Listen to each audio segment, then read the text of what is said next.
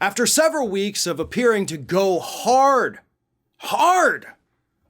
against all of these Republicans that were involved in any way with the events of January 6th or the attempts to overthrow the election results, the January 6th committee has now said, yeah, we're not going to issue subpoenas to any of the Republican members of Congress that we would like to hear from. They're telling us that, yeah, we don't have the time, we don't have the resources, and of course, we're not even sure that that's something we can do. Like, can we subpoena our own members? Even we don't know. And we're not even willing to find out if we have that power. You know, when I first read this story, it angered me, right? I got super annoyed because the committee, of course, had been going hard, no prisoners taken, absolutely just scorched earth against these people. And then to suddenly find out they're going to be sheepish again, and it pissed me off. But the more I think about it, the more I understand where they're coming from.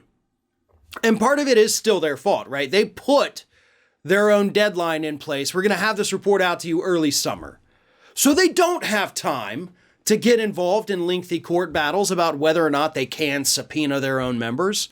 You know, they don't have time to send a dude to the back to look through the congressional rule book to see if that's a thing they can do. You know, we got to go. We got midterms coming up. We got to have this report out to remind people how horrible these people are before they head to the polls in November. And don't think for a second, folks, that that's not why they put that deadline of summer in there. It is for partisan political purposes. Let's be honest about that. That's why the deadline is in. And hey, I got no problem with that. Other than the fact, of course, that it's going to lead to shoddy work and we're going to leave some stones unturned. And that's not okay. But overall, what this shows us is what I've been saying for months. A special prosecutor is needed. Because do you know who doesn't have to worry about whether or not they have the authority to subpoena a sitting member of Congress? The U.S. Department of Justice doesn't have to worry about that. A special prosecutor wouldn't have to worry about that. A special prosecutor would not have to get involved in lengthy court battles about whether or not they can do things like that. They can just do it, and the other side really doesn't have much of a choice at all. Which is why, of course, again, we need a special prosecutor to either take over the investigation at this point, which I'm also fine with.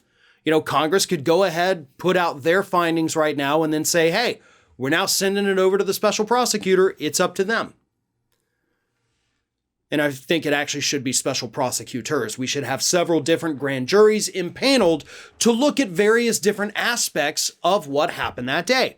You have one grand jury going after the Stop the Steal rally folks. You have one going after the Capitol riot and those enablers in Congress.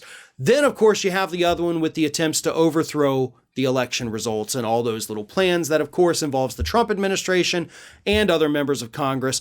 That's why you need three. That's what each one of them would do. There you have it. There you are.